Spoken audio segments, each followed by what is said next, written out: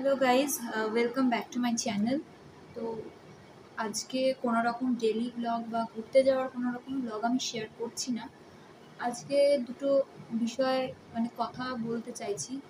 আমি বলতে চাইনি কথা, বাট ভাবলাম যে না, এবার বলেই ফেলি তোমাদেরকে। তোমরা অনেকেই আমাকে ভুল বুঝছো, সেই জন্য সেই জায়গাটা ক্লিয়ার করে দেওয়ার জন্যই আমি এলাম আজকে তোমাদের সাথে একটা ভিডিও শেয়ার করতে।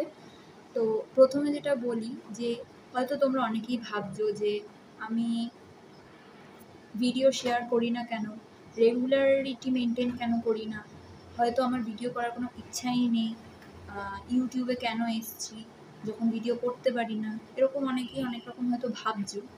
তো তোমাদের বলে দিই যে আমার ইউটিউব করার ইচ্ছাটা না ছোটোবেলা থেকে, ঠিক আছে। অনেক বাধা অনেক কিছুই এসছে, তাও আমি চেষ্টা করেছি রেগুলারিটি মেনটেন করার। সবসময় তো রেগুলারিটি মেনটেন করা যায় না, বাট তাও আমি চেষ্টা করেছি যে সপ্তাহে অন্তত একটা করে অন্তত ভিডিওস দেওয়ার, এটা আমি চেষ্টা করে গেছি সবসময়। তো এখন আমি কেন ভিডিও দিতে পারছি না, এই ব্যাপারটাই আমি তোমাদের বলবো বলে এলাম। তো অ্যাকচুয়ালি ব্যাপারটা হচ্ছে আমার ফোনটা খারাপ হয়ে গেছে। তো ফোনটা খারাপ হয়ে যাওয়ার জন্য আমি কোনো রকম ইউটিউবে ভিডিও শ্যুট করতে পারছি না। আর শুধু যে আমার ইউটিউবে ভিডিও শ্যুট করতে পারছি না এটাই একটা প্রবলেম, সেটা একদমই না। আমার কলেজের যে নোটসগুলো ছিল সেগুলো ইভেন ডিলিট হয়ে গেছে, অ্যান্ড কোনো নোটস আমি রিকভার করে উঠতে পারিনি। তো এটাও আমার জন্য একটা বিশাল বড় প্রবলেম যে সবে আমি উঠলাম একটা সেমিস্টারে, তো সব নোটস ডিলিট হয়ে গেছে, এগুলো কোনোটাই আমি রিকভারি করে উঠতে পারিনি। তো তোমরা সবাই তো আমাকে ভুল বুঝিয়েই চলেছো, আমি সেটা বুঝতেই পারছি। কারণ সবথেকে বড় প্রুফ হচ্ছে আমার সাবস্ক্রাইবার্স কাউন্ট। কারণ আমার মোটামুটি 520 সাবস্ক্রাইবার্স হয়ে গেছিলো। যেদিন গাইজ 500 সাবস্ক্রাইবার্স হয়েছিল সেদিন আমি যে কী খুশি ছিলাম সেটা তোমরা বিশ্বাসই করতে পারবে না গাইজ। অ্যান্ড তারপরে দুদিন পরেই সাবস্ক্রাইবার্স কমে যাওয়ায় মানে ভিতর থেকে ভেঙে পড়েছি। অ্যান্ড আমি এটাই ভেবে নিয়েছিলাম যে হয়তো আমার দ্বারা সত্যিই ইউটিউবটা হবে না। বাট তাও গাইজ আমার ফ্যামিলি মেম্বার্স আমাকে বললো, না কেন হবে না, তোর মধ্যে এমন কি কম আছে যেটা বাকি 5 জনের মধ্যে আছে। তো আমি তার জন্যই তোমাদের বললাম যে প্লিজ গাইজ আমাকে কেউ ভুল বুঝো না। আর আমাদের ফ্যামিলি কন্ডিশন এতটাও ভালো নয় যে ফোন খারাপ হয়ে গেছে চলো 10 দিনের মধ্যে আর একটা নতুন ফোন কিনে আনলাম, এরকম নয়। আমি বিষয়টা বাবাকেও বলেছি যে বাবা আমার একটা ফোনের এবার সত্যিই খুব প্রয়োজন হচ্ছে না। কিন্তু বাবা বললো, বাবা আর কি বলবে, বুঝতে পারছে ব্যাপারটা যে লাগবে, কিন্তু কিছু করতে পারছে না, বুঝেও কিছু করতে পারছে না। কারণ ফ্যামিলি কন্ডিশন বললামই অত ভালো নয়। আর সত্যি কথা বলতে আমি ইউটিউবের পিছনে কোনো রকম ইনভেস্টমেন্ট করিনি।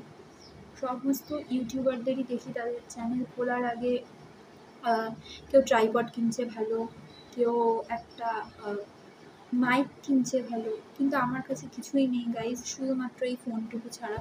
কেউ কেউ দেখেছি ফোনও কিনে ফেলে ভালো, যাতে ভিডিও কোয়ালিটি আসে, এইচডি কোয়ালিটির ভিডিও আসে, বাট আমার কাছে সেরকম কিচ্ছু নেই। আমি ভেবেই নিয়েছিলাম যে আমার ইউটিউব মনিটাইজেশন হওয়ার পর যে আমার ফার্স্ট পেমেন্টটা আমি পাবো, ফার্স্ট আর্নিং যেটা, সেটা দিয়েই আমি আমার এই ছোটো ছোটো স্বপ্নগুলোকে পূরণ করব। তো স্বপ্নটা তো অনেক দিনের ইউটিউবের, জানি না এবার কী হবে, তোমরা সবাই তো ভুল বুঝেই যাচ্ছ। তো এটাই আমি তোমাদের একটাই কথা বলবো যে প্লিজ আমাকে ছেড়ে যেও না, আমাকে একটু সময় দাও গাইজ, একটু সময় দাও, আমি আবারও ভিডিও নিয়ে আসবো, ভালো ভালো ভিডিও নিয়েই আসবো।